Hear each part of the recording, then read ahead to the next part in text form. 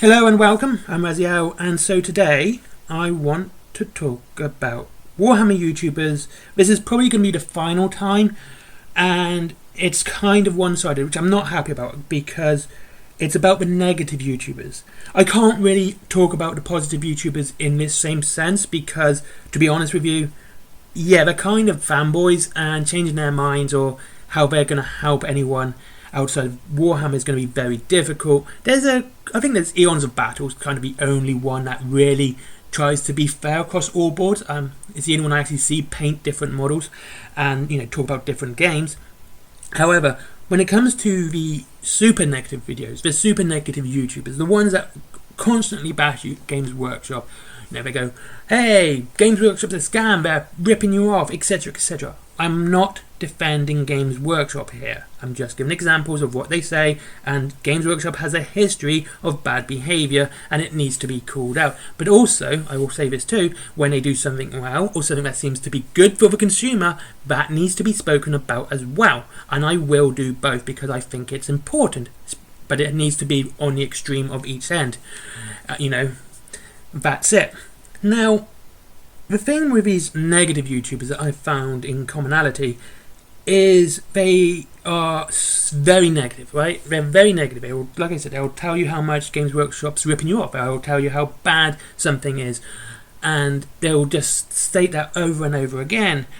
And in my opinion, this is what makes them a Karen, because if you're going to complain about something, if you're going to moan about the same thing over and over again, first, it's Einstein's definition of insanity, repeating the same thing when expecting different results.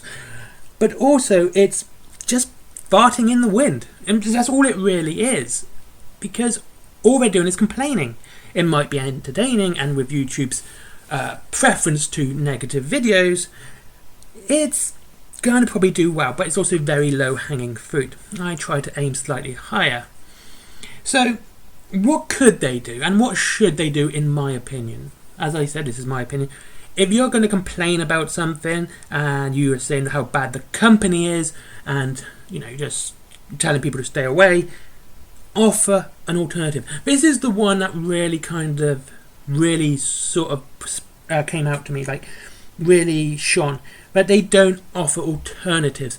Sometimes they offer 3D printing, and I'll get to that in a second, but they never really offer alternative games. The last time we saw them offer an alternative game was, in fact, it was Trench Crusade.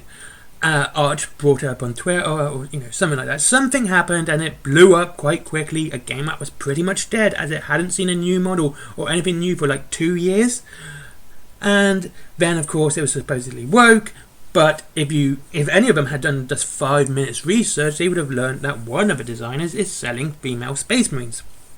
So, yeah, I know that because I took the time to see that. It's not like I just pulled it out of my butt. I actually took my time to look at it because I thought when things get political, we need to look at every angle. And when they're going, "Oh, this is so right-wing, and it's all on our side," it's like, you've done no research on this. And it took, like I said, it took me 5 minutes.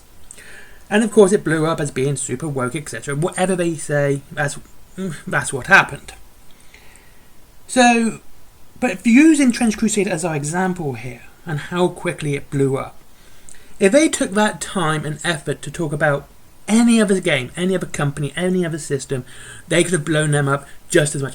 Imagine if they took that little amount of energy it took to blow up Trench Crusade and start talking about Firefight for Mantic, or Wildest Exodus, or Conquest, or or Kings of War, or any other game. They can change the entire wargaming landscape. They could change the whole hobby just by going, let's try something different. Like, Games Workshop is bad. Have you tried this? Have you tried Mantic? Have you looked at Mantic models? Have you looked at War Cradle models? Have you done all of this? Imagine if they just did that. They could change everything because they will be pointing their audiences, and they do tend to have big audiences, to a different company. And as much as I complain about Games Workshop, and I do try, if they do something well, to praise them. But I will always try and make sure that if they're doing something bad, I will offer some sort of alternative to that. I did it with the Blood Angels, when I said you could try being forces for Mantic, and it's the sort of thing that needs to be done. That way, wargaming can be a better hobby in general, because people who don't play Games Workshop model games will have better access and more chance to play other games, because these YouTubers are very good at getting people to buy stuff, because they have such large audiences. Now, when it comes to offering 3D printing, now I have no issue with 3D printing at all. The thing is, if they're saying, oh, instead of buying Warhammer models, go 3D print, get the codices online, etc, etc, etc. It just feels like, to me, it's the same if someone said, hey, this game's really bad, do you want to pirate it? It's like, no, I don't want to pirate a bad game. If it was a good game, I'd look, fine. But they're just not doing anything to the hobby by just offering 3D printing. And the issue also comes with, when you're 3D printing your models, you're not just removing yourself from the Games Workshop side of things, you're removing yourself from Mantic, you're removing yourself from Warcradle, from Parabellum Games, and every other company that makes models. You're not just doing the one thing. But if you're doing that and still playing like Warhammer 40k, Horus Heresy, whatever, you're still kind of helping Games Workshop out, because unless everybody is using 3D models, then yeah, 3D printing is a big thing, and the units of 3D printing is quite high in sales.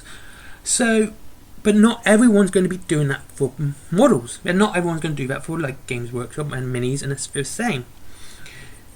So, I'm not against 3D printing. I'm just saying, if you're offering 3D printing but still playing Warhammer, you're kind of not doing anything that's helpful. If that's what you're offering, say 3D print, but still play your Games Workshop mod games, it's like, why? Why are you going to do that? It just seems to be such a pointless tactic. So, when it comes to negative YouTubers, this is why I call them a Karen at the start, because all they do is sit there and complain. Offer a solution on how to fix things, change the rules, do that. That's completely cool. That's sweet, right? Even though you're still playing Warhammer, but if you're just complaining about the game and trying to fix the game, that's one thing.